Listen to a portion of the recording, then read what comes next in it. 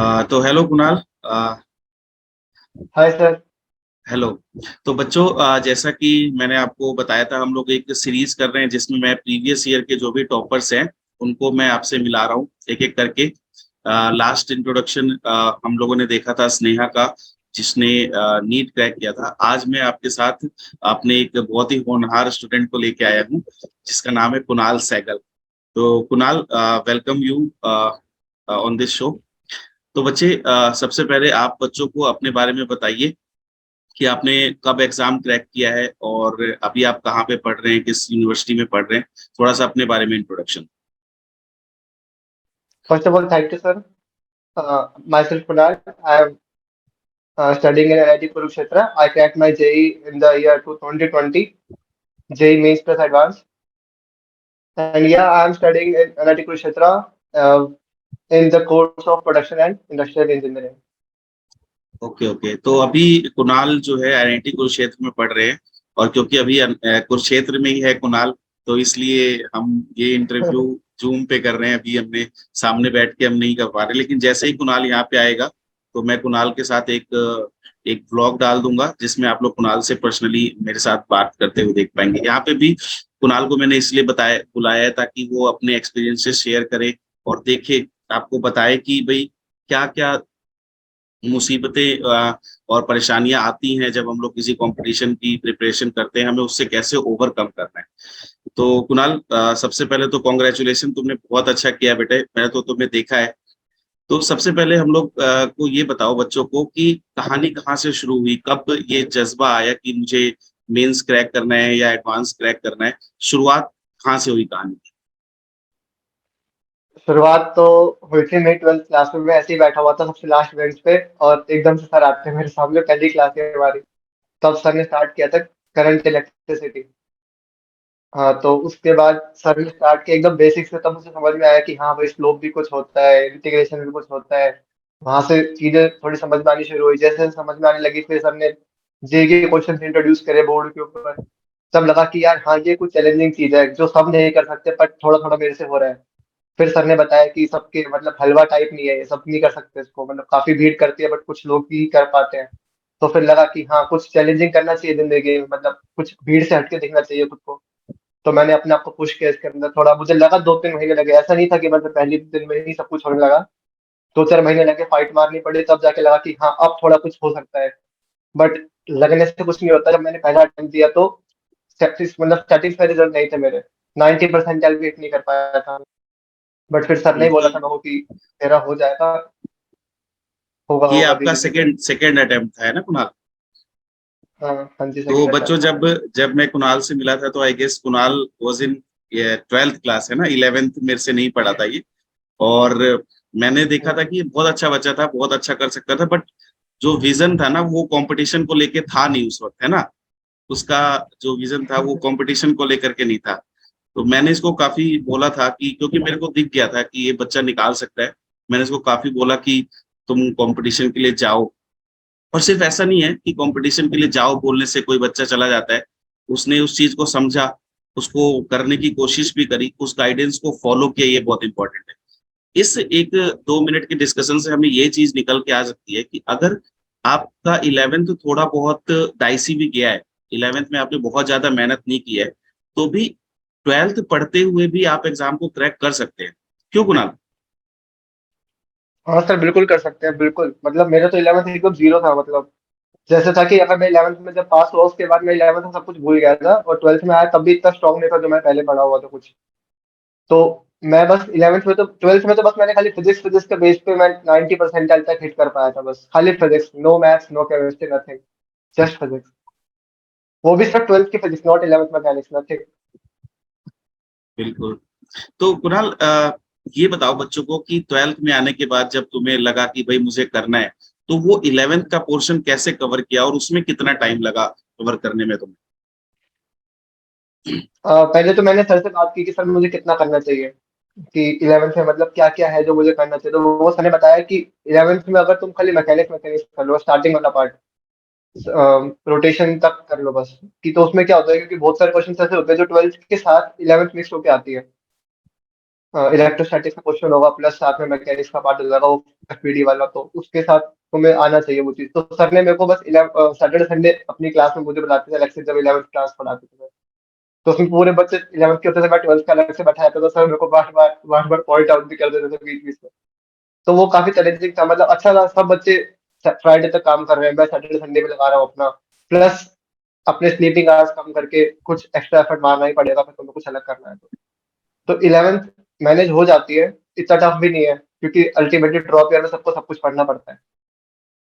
तो it's better कि कुणाल, तुम जैसे 12th में कि थोड़ा फाइट मार लो। तुमने बेटा 11th मतलब 11th भी किया, 12th भी किया, फिर दोनों के बाद आपने जेई मेन भी दिया, एडवांस भी दिया, तो तुम्हें क्या लगता है बच्चे की एडवांस और मेंस की प्रिपरेशन एक दूसरे से कितनी अलग है, और क्या अलग स्ट्रेटेजी की जरूरत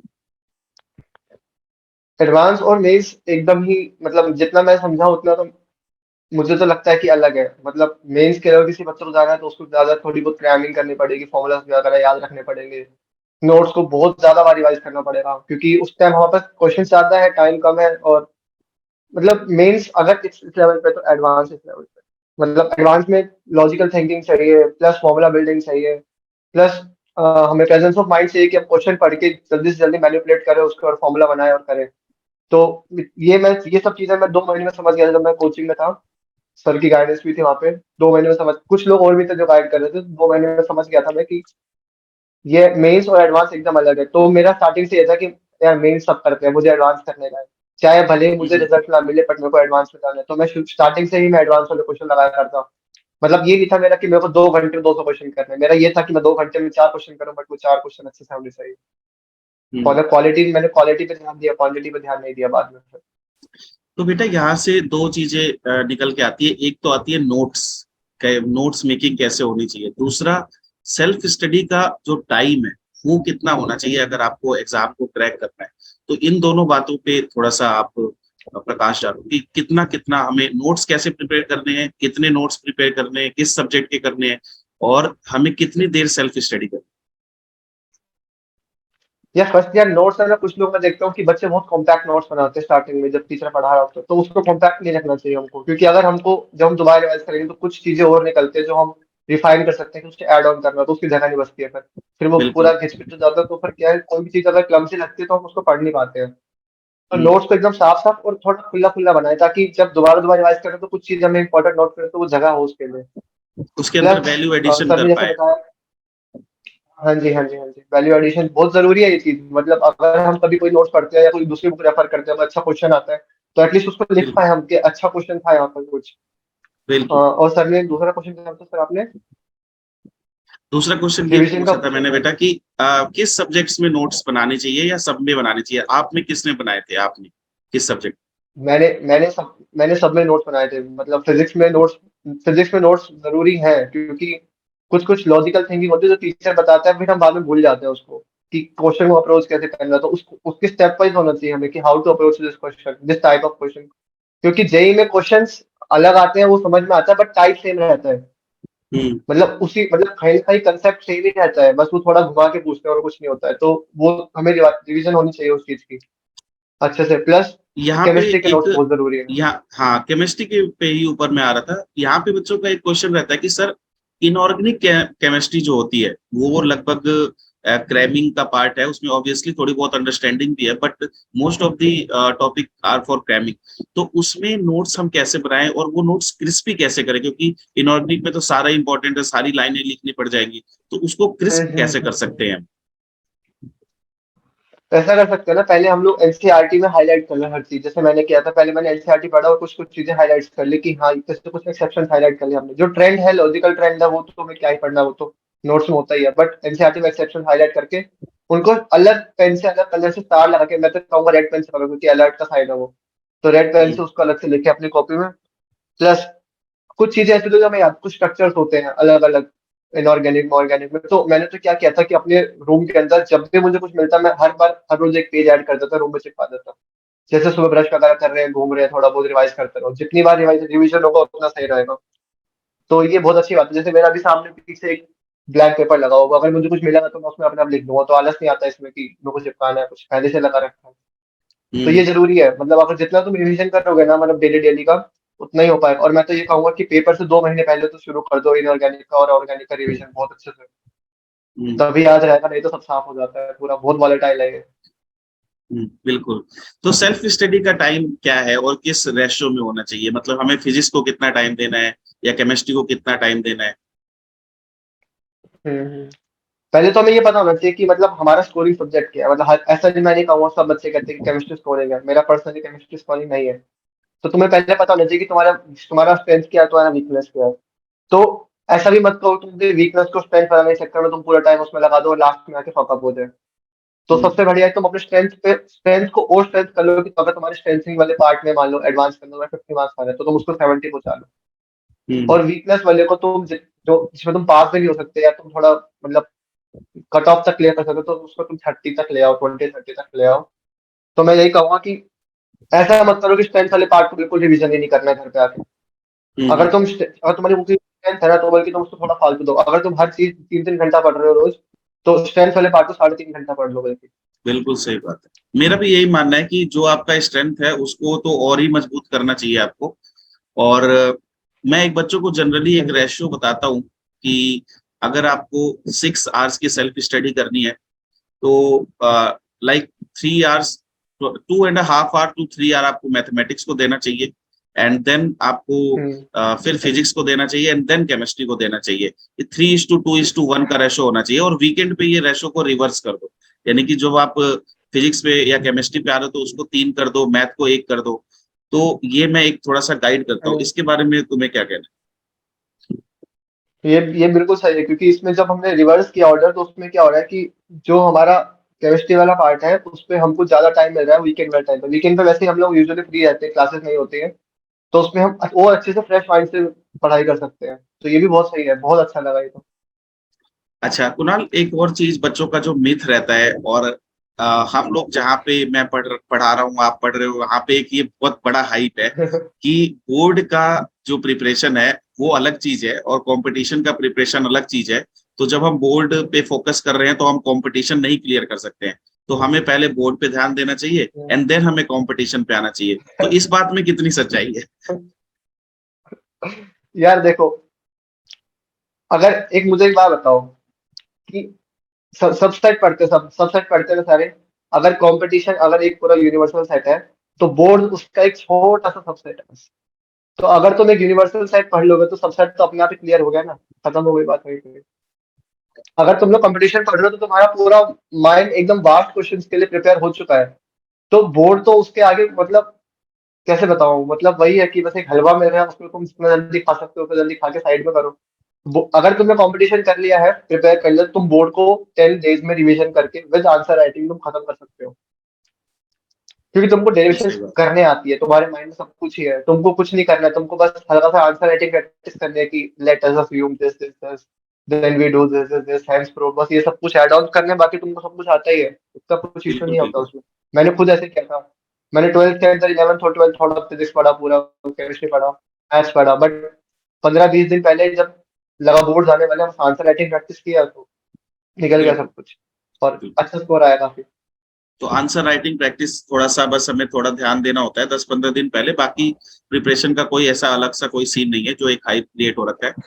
अच्छा कुणाल, इस चीज के बारे में अगर हम बात करें कि क्या जेई बिना कोचिंग के क्रैक नहीं हो सकता है क्या, या कोचिंग की जरूरत होती है, ये या हमें सेक्शनल कोचिंग देखनी चाहिए कि एक पर्टिकुलर सब्जेक्ट जो वीक है सिर्फ उसमें देख लें और बाकी फिर अपना सेल्फ स्टडी के थ्रू करें?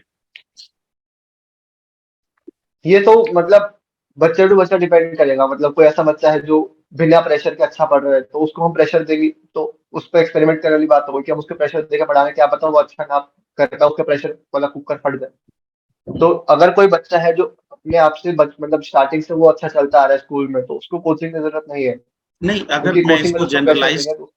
इसको जनरलाइज्ड व्यू में अगर हम एक बात करें कि क्या बिना कोचिंग के भी एग्जाम निकल सकता है?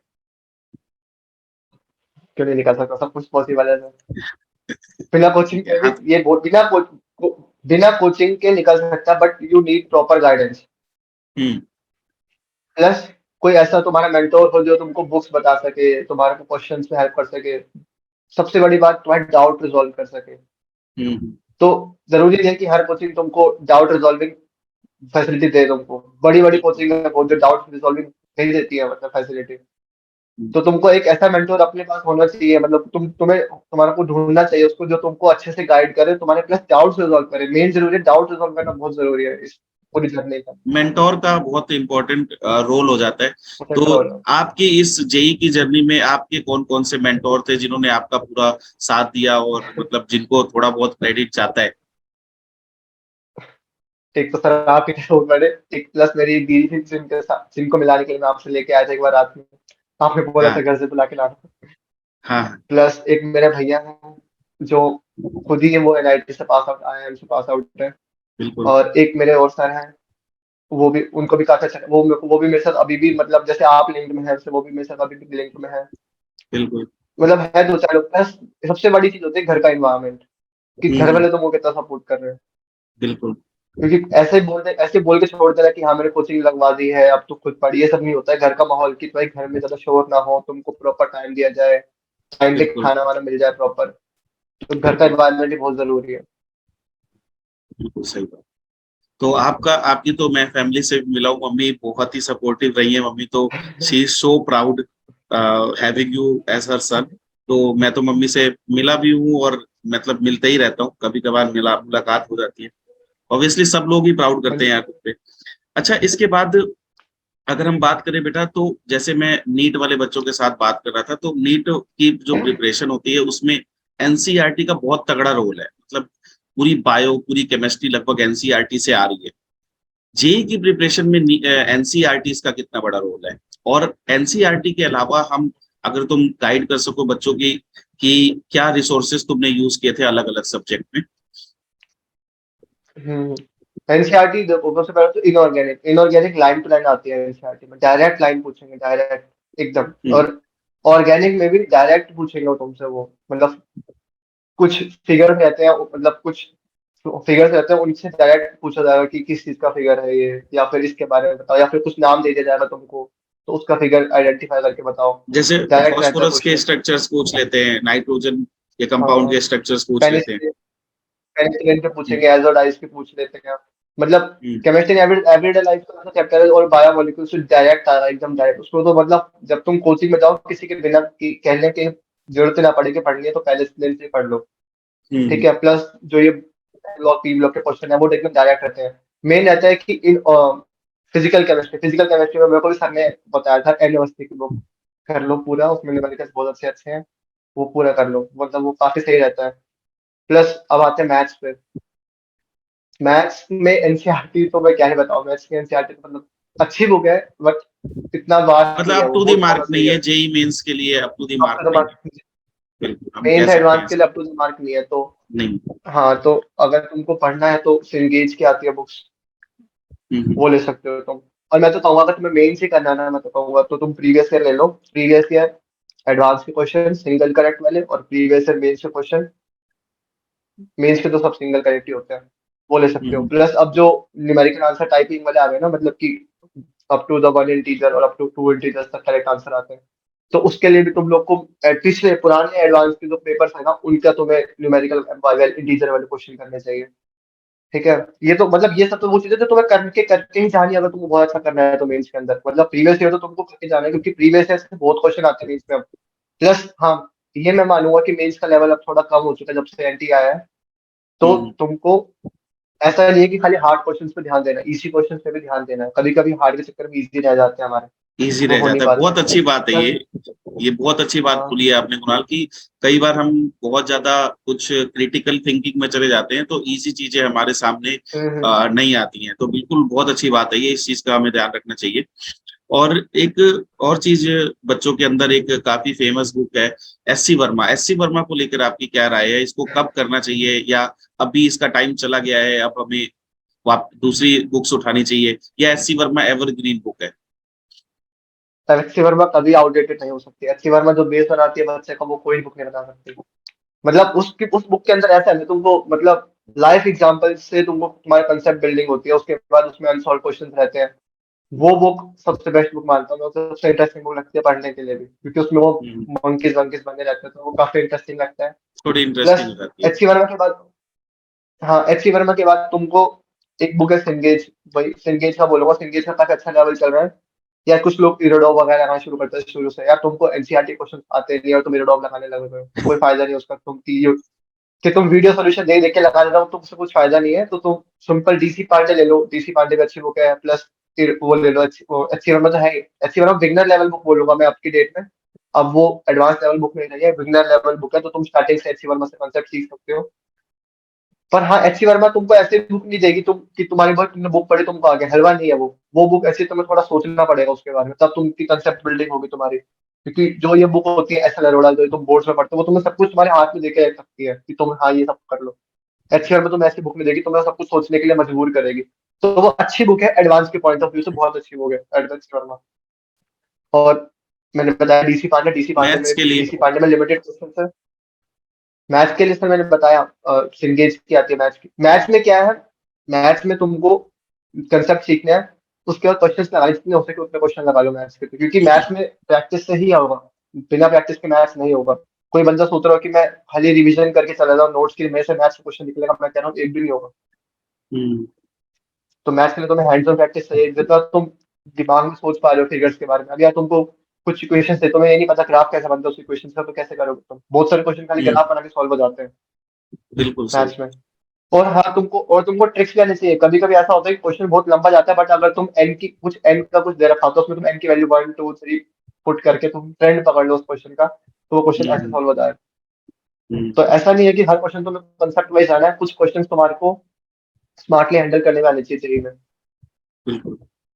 अच्छा, अगर हम बात करें बच्चे की, ये 2 साल की जो प्रिपरेशन है, और अगर कोई बच्चा ड्रॉप कर देता है तो लगभग 3 साल खिंच जाते हैं। 4 साल की तो आपकी बीटेक होती है, 3 साल आप यहीं पे पढ़ के जा रहे हो, है ना?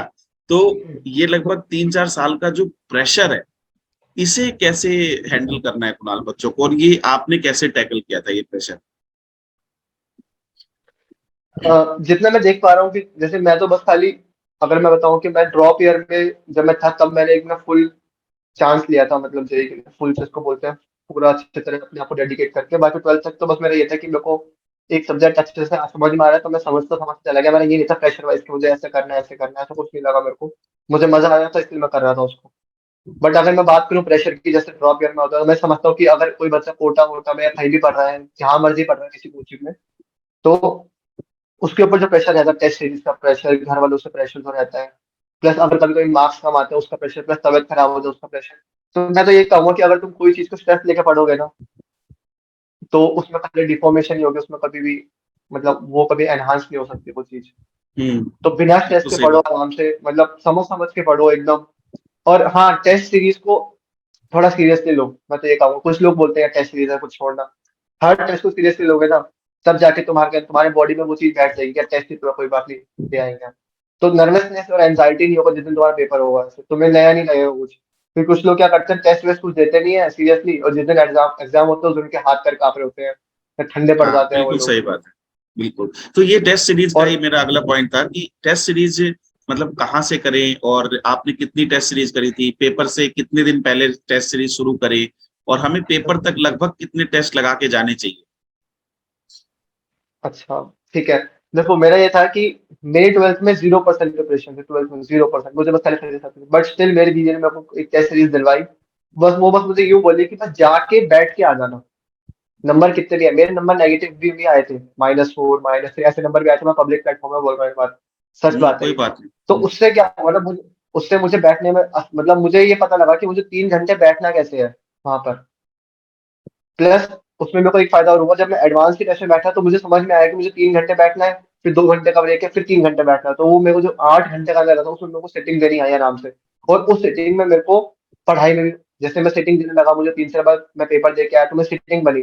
तो वो सेटिंग का जो टाइम था ना, वो मेरे को पढ़ाई में काम आया कि मैं एक लगातार पढ़ने की आदत हो गई मेरे को। हम्म। ठीक है। और जैसे जैसे जैसे मैं 12th खत्म हुआ कोचिंग, मतलब उसके बाद मैं जब ड्रॉप ईयर लिया, तब तो मेरे टेस्ट सीरीज स्टार्ट ही हो गई थी, मतलब थ्रू आउट द ईयर। पहले वीकेंड्स में होने लगे टेस्ट, उसके बाद फिर हर वीकेंड में सैटरडे संडे होने लगे पूरे टेस्ट। फिर जैसे जैसे पेपर पास आता फिर होने लगे, मतलब डेली टेस्ट होने लगा था, मतलब डेली जब जैसे सिलेबस पूरा हो गया तो फिर डेली टेस्ट शुरू हो गए उसके बाद। पहले ऐसे होता है, पहले सबसे पहले ना एक बात और, कि स्टार्टिंग में ही एकदम से पूरे सिलेबस का टेस्ट ना दे, सबसे पहले चैप्टर वाइज टेस्ट लें। उसके बाद क्वार्टर मतलब वन फोर्थ सिलेबस का टेस्ट ले, उसके बाद हाफ ऑफ सिलेबस का टेस्ट ले, और उसके बाद फुल पे जाए। अगर पहले फुल पे जाओगे तो फिर तुम्हारे जो पीछे हर क्वेश्चन 75 क्वेश्चन के अंदर सारे कंसेप्ट कवर नहीं हो सकते हैं। तो बिल्कुल। अगर हम एक चैप्टर का टेस्ट देंगे ना 75 क्वेश्चन, तो हमारे सारे कंसेप्ट कवर हो जाएंगे उसमें। हम्म, फिर धीरे धीरे धीरे हम इंपॉर्टेंट कंसेप्ट की तरफ बढ़ रहे हैं, तो उससे क्या होगा, जो हमारे कुछ कॉन्सेप्ट थोड़े ज्यादा इंपॉर्टेंट नहीं होते हैं तो वो भी हम कवर करके आ चुके हैं, कि अगर बाय चांस अगर वो उठ के आ जाए मेन पेपर में हमारे, तो हम लोग उसको भी लगा सकें। बहुत और मैं अच्छी बात। मानता हूँ कि कम से कम भी 50-60 टेस्ट तो तुम्हें देने होंगे चाहिए, तुम्हारी बॉडी के अंदर वो चीज है कि तुम बैठ के आराम से पेन चल सके, क्योंकि मेंस का फर्स्ट अटेम्प्ट जनवरी में होता है, ठंड ठंड के दिन होते हैं उस दिन। अगर तुम उस टाइम में ठंडे पड़ गए ना, पहले हमारी बॉडी स्लो चलती है, तो और स्लो हो जाएंगे हम लोग। हम्म। तो अगर मान लो आपको तो 50 टेस्ट टेस्ट देने हैं, तो 50 टेस्ट का मतलब है आपको 150 घंटे बैठ के टेस्ट देने हैं। और अगर आपको 150 घंटे बैठ के टेस्ट देने हैं, तो लगभग अगर हम अ, एक महीने में 30 घंटे भी निकालें, तो मतलब आपको कम से कम 3-4 महीने पहले से टेस्ट देना शुरू करना पड़ेगा। अदरवाइज ऐसा बिल्कुल भी नहीं हो सकता कि आप एक महीने में 50 टेस्ट देके और जाके कुछ क्रैक करने वाले हो। हाँ, मैंने तो ऐसा भी किया है, मतलब इवन तुम अगर तुम अपने और हाँ, मतलब एक एक बात और ऐड करना चाहूंगा मैं इसके साथ ही, बिल्कुल। कि तुमको पता होना चाहिए कि अगर तुम्हारा अब दो स्लॉट पेपर होता है हमारा मेंस का, एक मॉर्निंग शिफ्ट होती है, एक इवनिंग शिफ्ट होती है। तो मैं लास्ट टाइम मैंने, जब मुझे पता नहीं था मेरा पेपर कब होने वाला है, मतलब एडमिट कार्ड आने से पहले, तो उस टाइम के दिन में दो टेस्ट दिया करता था। एक सुबह स्लॉट के टाइमिंग में और एक शाम के टाइमिंग में, ताकि मेरी जो बायोलॉजिकल साइकिल है ना वो मेंटेन रहे। क्योंकि मेरे को उस टाइम में मेरे को नींद नहीं आनी चाहिए, और उसके लिए मुझे 21 डेज बिफोर अपनी साइकिल सुधारनी पड़ती, 21 डेज लगता है कोई भी हैबिट लेने के लिए। बिल्कुल बिल्कुल तो अगर बिल्कुल। मैं उस टाइम के टाइम सोता रहूंगा, तो मेरे को पेपर में उस टाइम मेरे को नींद आएगी, चाहे मैं कितना सो के चला जाऊं पहले, क्योंकि मेरी बॉडी की हम्म, साइकिल ऐसी बनी हुई है। तो जैसे आपने बताया कि मैं 5-6 महीने पहले, तो वो तो करना ही है, बट पेपर से एडमिट कार्ड आने से पहले, जब तुम्हें पता नहीं है कि शाम का स्लॉट मिलेगा सुबह का मिलेगा, तो तुमको उस टाइम में पेपर लगाने आने चाहिए, दोनों दोनों स्लॉट्स में। बिल्कुल तुम ऐसा बहुत टाइम अच्छी निकालो बात कि है। तुमने 3 घंटा ऐसा किया। और उससे पहले, मतलब पेपर लगाने से पहले, तो उस टाइमिंग में पढ़ना भी आना चाहिए तुमको, कि तुम लोग उस टाइमिंग में कुछ पढ़ के फिर कुछ अपना पॉजिटिव, अपनी प्रोडक्टिविटी अपनी इंक्रीज करो उस टाइमिंग के अंदर। एक्टिव उस टाइम पे माइंड एक्टिव रहना चाहिए। हाँ, माइंड एक्टिव रहना चाहिए। और अपनी मतलब खाने की हैबिट्स सुधारो, कि मतलब उस टाइम से आगे पीछे मत खाओ। मैं तो कहूंगा कि जब पेपर देने वाले हो तो ज्यादा मत खाया करो, क्योंकि फिर डाइजेस्टिव सिस्टम में हमारी ज्यादा एनर्जी वेस्ट होती है, ना कि माइंड में। ओ, बहुत अच्छी बात है ये तो। अच्छा कुणाल, टेस्ट जो हम लोग देते हैं, टेस्ट दे दिया हमने और उसका रिजल्ट देख लिया, उसके बाद टेस्ट का एनालिसिस कितना इम्पोर्टेंट है? बहुत बहुत बहुत बहुत ज्यादा इंपॉर्टेंट है। मतलब इवन मैंने तो मतलब अपनी हैबिट में डाल रखा था कि अगर कोई टेस्ट देके आया हूँ, भले मेरे नंबर कितने भी आए हो, तो उस टेस्ट को आने के बाद चेक करना कि मतलब कहाँ सही किया, कहाँ गलत किया, कहाँ मैं अटका रहा। काफी कुछ क्वेश्चन ऐसे थे जिसमें हम अटक जाते हैं, तो उसमें कहाँ टाइम बहुत सारा टाइम चला जाता है, फिर मैं देखता हूँ कि मैं क्यों अटका उसमें, और मतलब मेरे को अटकना नहीं चाहिए था। प्लस जो क्वेश्चन हो गए वो तो ठीक है, उसका तो वो तो होंगे होंगे बाद में, जो क्वेश्चन नहीं हुए उन पे काम करना चाहिए। और मैं तो कहूंगा कि ना, सैटरडे संडे का दिन यही इसी दिन के लिए होता है। टेस्ट सैटरडे संडे हम्म, होते ही इसीलिए है, तुम लोग टेस्ट दो। टेस्ट देने के बाद आके सोना नहीं होता है, टेस्ट देने के आने के बाद खा पी के दोबारा से वापस टेस्ट पे लगना होता है, ताकि जैसे जैसे संडे खत्म हो, बिफोर मंडे तुमको वो संडे वाला टेस्ट पूरा आना चाहिए विद डाउट्स। हम्म, बिल्कुल सही। ताकि तुम जब मंडे को जाओ, जब टीचर पूछे कि एनी डाउट, तो तुम्हारा डाउट होना चाहिए कि हाँ सर मेरा ये क्वेश्चन नहीं हुआ, मेरे को ये पूछना है। और क्योंकि कुछ तुम्हें नहीं बच्चे पता। वो और जो टेस्ट एनालिसिस करते हैं उसका वो रिकॉर्ड भी रखते हैं कि कौन सा टॉपिक हमें नहीं आया था टेस्ट में। हाँ, तो हाँ, मतलब अगले अगले वीक का टारगेट होना चाहिए हमारे हमारे पास, कि इस टेस्ट में मेरा ये चीज वीक रह गया, तो मुझे तो अब शुरू के वीक के जो है, मान लो 6 डेज है, मान लो सैटरडे तक, तो मेरे को वेडनेसडे से पहले पहले पुराने टेस्ट के जो वीक टॉपिक्स थे वो पढ़ने हैं, और अगले जो 3 दिन है उसमें मुझे नए टेस्ट की तैयारी करनी है अपने। हम्म, बिल्कुल सही बात है। अच्छा कुणाल, जहाँ हम लोगों ने बात की स्लीपिंग साइकिल की, तो कुछ बच्चों को रात में पढ़ना पसंद है, फिर वो दिन में सोते हैं। तो ठीक है, ये एक प्रैक्टिस है जिसमें रात में ही एफिशिएंसी आती है बच्चों की। लेकिन आपको क्या लगता है एग्जाम के कितने दिन पहले हमें अपनी स्लीपिंग साइकिल सुधार लेनी चाहिए, कि हम भाई दिन में जागने लगे और हमारा दिमाग एक्टिव हो जाए? क्योंकि पेपर तो हमें कम से दिन में कम ही दो देना है, महीने पेपर तो रात में नहीं हो सकता है। दिन में देना है। हाँ हाँ, ऐसा मेरे साथ भी था कि मैं जब स्टार्टिंग में, मेरे को रात में पढ़ना पसंद था। रात में पढ़ना पसंद इसलिए होता है क्योंकि एनवायरनमेंट अच्छा होता है, शांति रहती है एनवायरमेंट। काफी। कम बिल्कुल लोग हमसे कम लोग हमसे मिलने वाले बहुत कम लोग होते हैं, और इंटरेक्ट। ना हमारा मन करता है किसी से मिलने का। हाँ। बिल्कुल तो बिल्कुल। रात में हमें कंसेप्ट सीखना हो ना कभी, तो रात में सही है वो चीज। अगर तुम कुछ सीख रहे हो, तुम्हारे तुम कुछ बिल्ड कर रहे हो, बट अल्टीमेटली एग्जाम हमारा यूएसएल में तो है नहीं, दिन में इंडिया में ही है, तो दिन में ही होगा। ठीक ठीक है, है, तो हाँ तो यूएस में उसके भी लिए होता हमको तो अपनी यूएस में भी दिन में ही होता, यूएस में कहाँ रात में होता, लेकिन वो यहाँ के लिए रात होती है वो ना। हमसे यहाँ से। हाँ जी, हाँ जी, वही वही। तो उसके लिए हमको कम से कम 2 महीने पहले सेट करना चाहिए उसको, क्योंकि बाय चांस अगर तुम रिस्क लो 21 डेज वाला, तुम्हारी बॉडी 21 डेज के लिए बनी ही नहीं है, फिर कैसे करोगे तुम? तो तुम 2 महीने पहले स्टार्ट कर दो, कुछ कुछ नहीं बिगड़ेगा तुम्हारा। हम्म। और वैसे भी दिन अच्छा, में तुम कितना ही सो जाओगे, दिन में तो क्लासेस रहती है। एग्जाम को लेकर के बैकअप प्लान क्या होना चाहिए, मतलब अगर जेई नहीं हुआ तो फिर क्या? उसका एक बैकअप तो अभी जे नहीं हुआ। गवर्नमेंट ने ही दे दिया है कि एक सीयूईटी का पेपर होने लग गया है। तो सीयूईटी कितना अच्छा हाँ स्टेप जी, है, हाँ आपको जी। क्या लगता है? सीयूईटी मैंने तो देखो नहीं दिया था, हाँ। पर जैसे मुझे अभी मैंने थोड़ा सर्च वर्च किया इसके बारे में कि सेंट्रलाइज जो यूनिवर्सिटीज है उनके लिए एग्जाम आई गेस। हम्म, तो बहुत सही है, मतलब अगर तुम्हारे को लेना है तो सीयूटी ले सकते हो, बाकी डब्ल्यू बी जे डबल है, जिसमें जादवपुर यूनिवर्सिटी मिलती है। और एक उसके लिए होता है, मतलब जो मुंबई वाले साइड एरियाज के जो कॉलेजेस हैं, कॉमेडेक होता है शायद, अच्छा कर्नाटका वाली कुणाल, एक और कॉलेज चीज है कॉमेडेक। कि जब अभी क्या है कि कोविड के बाद से आपके जो सेशन था उसके बाद से बहुत सारा ऑनलाइन क्लासेस का हाइप क्रिएट हो गया है ना। वहां पे लोग चिल्लाते ज्यादा है, हाँ ये सिलेक्शन करवा देंगे 1 घंटे में, एसएचएम पढ़ लीजिए 2 घंटे में रोटेशन खत्म कर देंगे। तो जो हाँ एक्चुअली ये लोग ऐसे कहते हैं कि 1 घंटे में रोटेशन खत्म करवा दूंगा मैं, 2 घंटे में एसएचएम, 3 घंटे में पूरी फिजिक्स खत्म हो जाएगी, इस बोर्ड से क्वेश्चन आएगा।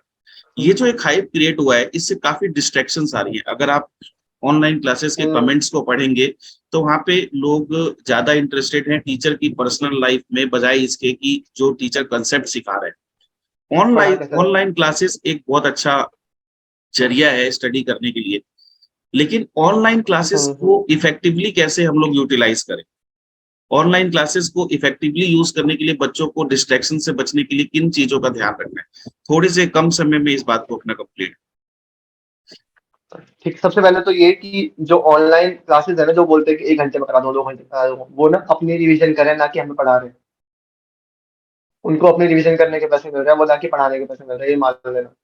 ठीक है, प्लस अगर तुम्हें कंसेप्ट सीखना है तो आराम से होता है, वो 1-2 घंटे में कभी खत्म नहीं होती कोई चीज। और बहुत सही कोई बात। चीज जैसे फ्री में नहीं बढ़ती है, जल्दी से फ्री में नहीं बढ़ती है। जो बहुत अच्छे टीचर्स है ना, वो अभी भी बहुत कम है यहाँ पे जो ऑनलाइन में है। बिल्कुल, बहुत प्लस अच्छी बात की है। पर्सनल लाइफ में किसी तुम्हें पर्सनल लाइफ में किसी घुसने का मतलब नहीं बनता है हमारा, क्योंकि हमें पढ़ाई से मतलब होना चाहिए अगर हम 11th 12th क्लास में हैं तो। ना कि किसी के रील्स देखने में मतलब होना चाहिए हमको। और उसके बाद सर आपने क्या पूछा मेरे से लास्ट में? मैंने ये पूछा अभी कि जो लास्ट में क्या ऑनलाइन पूछा? क्लासेस में डिस्ट्रैक्शंस है, जो कमेंट्स बाजी चलती रहती है, या उसी के थ्रू लोग और हाँ कहीं पे भी हाँ। निकल जाते हैं, टीचर की पर्सनल लाइफ में घुस रहे होते हैं, तो टीचर भी बता रहा होता है कि आज अब मैंने मैम को यहाँ पे घुमा के ले आया, और एक शाउट आउट दे रहे हैं लोग, मतलब पढ़ाई के अलावा सब कुछ बकवास चल रही है। उससे कैसे हमें पता चलेगा कि कौन सी क्लासेस हमारे लिए ठीक है और कहाँ से हमें धीरे से कल्टी हो जाना है? जहां पर तुमको सिर्फ पढ़ाई और पढ़ाई से रिलेटेड मटेरियल मिल रहा हो, जहां पे तुमको मोटिवेशन मिल रहा हो, ना कि रील बनाने का मोटिवेशन नहीं, पढ़ने का मोटिवेशन मिल रहा हो, जहाँ पे हु हल्ला ज्यादा ना आ रहा हो, उससे ज्यादा हु हल्ला बोर्ड पे हो रहा हो टीचर के हाथ से, ना कि बहुत मुंह अच्छी से बात है। ज्यादा। बहुत बढ़िया बात ठीक है। है। और जो चीज तुमको ज्यादा परेशान करेगी ना, वो तुम्हारे लिए ज्यादा फायदेमंद है। जो तुम्हें पेन दे रही है ना, वही चीज तुम्हारे फायदेमंद है। जो चीज तुम्हें मजा दे रही है ना, वो तुम्हारे लिए फायदेमंद नहीं है, क्योंकि नो पेन नो गेन वाली पॉलिसी होती है इधर। हम्म। क्योंकि डिस्कम्फर्ट जोन में जैसे तुम जाओगे तुम्हें दिक्कत होगी, तो बिल्कुल अपने सही। कंफर्ट जोन में मत रहो कि हु हल्ला हो रहा है, तो हु हल्ले वाली चीज से दूर रहना है। सीरियस जहाँ पे पढ़ाई हो वहीं पढ़ाई होगी। कुणाल, आपने अपना सपना पूरा कर लिया, अभी आप एनआईटी कुरुक्षेत्र में आ गए हो, है ना? तो अब हाँ जी सर। अगर आपसे पूछा जाए कि अब क्या है गोल, अब आगे यहाँ से कहाँ? एक जो छोटा बच्चा है वो एनआईटी कुरुक्षेत्र में आ गया, अब एनआईटी कुरुक्षेत्र से कहाँ है गोल? और एक छोटा बच्चा जो अभी 11th में आया है जिसको इंजीनियरिंग पढ़ना है, तो उसको लॉन्ग टर्म गोल उसका क्या होना चाहिए? सिर्फ एनआईटी में आ जाना है, आईआईटी में आ जाना गोल है? एक ब्रांड वैल्यू नहीं बन नहीं, जाना कुछ गोल है? नहीं है। बड़ा गोल क्या है? बड़ा गोल, अल्टीमेट गोल होता है हमें अपनी लाइफ को सेटल करना है। अब उसके तुम कोई, तो भले जरूरी नहीं है कि बच्चा जेई की तैयारी करे, उसका सिलेक्शन हो ही जाए। कुछ बच्चे बहुत मेहनत करते हैं बट उनका हो नहीं पाता है। तुमको घबराना नहीं है, तुम्हारी जो प्रिपरेशन की जो जर्नी है ना, ये तुमको बहुत कुछ सिखा देगी। तुम्हें हम्म। स्ट्रेस हैंडल करना आ जाएगा अपनी लाइफ में, डिसिप्लिन आ जाएगा लाइफ में। एनआईटी में आ जाना का मतलब सक्सेस नहीं होता कभी भी, ना आईआईटी में आ जाने का मतलब सक्सेस नहीं होता कभी भी। ये एक स्टेप है कि तुमने एक स्टेप ऊपर ले लिया, तुम क्रीम लेयर में हो। बिल्कुल। तुम्हारे पास अपॉर्चुनिटीज बहुत ज्यादा आएगी यहाँ पे आने के बाद। मैंने यहाँ यहाँ के लोग 1-1 करोड़ के पैकेज लेके भी जाते हैं, यहाँ के लोग बिना प्लेस हुए भी जाते हैं, ऐसी बात नहीं है। हम्म। तो एनआईटी में आने के बाद हम अपनी मेहनत करना रोक नहीं सकते हैं, कुणाल, वो थोड़ा हमें सा टाइम का कंटिन्यूअसली चलानी हमारे पड़ेगी। पास क्रंच है। 30 सेकेंड्स के अंदर बेटा आप मेरे को ये हाँ जी, बता हाँ दो, जी। एग्जाम डे का जो प्रेशर है और एग्जाम डे पे हमें जो सावधानियां बरतनी है, जो चीजें ध्यान रखनी है, 30 सेकेंड के अंदर जल्दी बच्चों को बता। एग्जाम डे पे सबसे पहले तो मतलब आराम से नींद लेके सोना है एग्जाम से जस्ट पहले। सुबह सुबह ज्यादा ज्यादा खाना मत खाना, बस नॉर्मल फूड्स खाना। और ज्यादा किसी से बात बात नहीं करनी है, ज्यादा चीजों में इंडल्ज नहीं रहना है, फोन वोन ज्यादा कम चलाने जितना हो सके। अवॉइड करो कि तुम्हें ट्रैवल ना करना हो उस दिन, क्योंकि मोशन सिकनेस हो जाती है। प्लस जब एग्जाम दे रहे हो ना अपना, तो बस ये पॉलिसी अपनानी है, क्वेश्चन पढ़ा, आया तो किया, नहीं आया तो स्किप किया, थोड़ा सा भी डाउट हुआ है तो स्किप किया, क्योंकि तुम दोबारा आ सकते हो उस क्वेश्चन के ऊपर। बट उसमें फंसना नहीं है, अगर फंस गए तो तुम्हारा टाइम गया, उड़ जाएगा टाइम, मैं बता रहा हूँ, पता भी नहीं चलेगा। और जब हम पेपर देते तो हमारा टाइमिंग ना मिनट्स में होता है, और उल्टी क्लॉक चल रही होती है, ना कि सीधी चल रही होती है क्लॉक, रिवर्स चलता है टाइमिंग, 180 मिनट से स्टार्ट होता है उल्टा। तो तुमको उसी हिसाब से प्रैक्टिस करना, अपने घर पे भी स्टॉप पर जो भी लाते तो उल्टा चले टाइम, ताकि घंटों का हिसाब नहीं लगाना, मिनट्स का हिसाब लगा के चलना। बहुत अच्छी बात है, ठीक है। बहुत अच्छी पॉइंट वाली बात है। और सबसे पहले अपना ऐसा नहीं कि तुम्हें फिजिक्स जैसा पेपर आया वैसा तुम्हें नहीं करना, जरूरी नहीं है, तुम्हारे पास ऑप्शन है, तुम पहले फिजिक्स करो, केमिस्ट्री करो, मैथ्स करो, जो सबसे अच्छी तरह आता है खोलो, लगाया, फटाफट किया, खत्म किया, अगला बढ़िया। और इतना कर लो, ऐसे तुम्हें पेपर करना ऐसे है कि तुम 2 या 3 बार तुम पूरा पेपर चले जाओ, गो थ्रू 2 या 3 बार, एक बार सारे क्वेश्चन पहली बार वाले कर दिए, फिर अगली बार दोबारा कर दी, अगली बार दोबारा कर दी, ऐसे क्या होगा ना, layer by layer paper solve चलो, करोगे तुम। थैंक यू कुणाल, आपने हमको इतना टाइम दिया।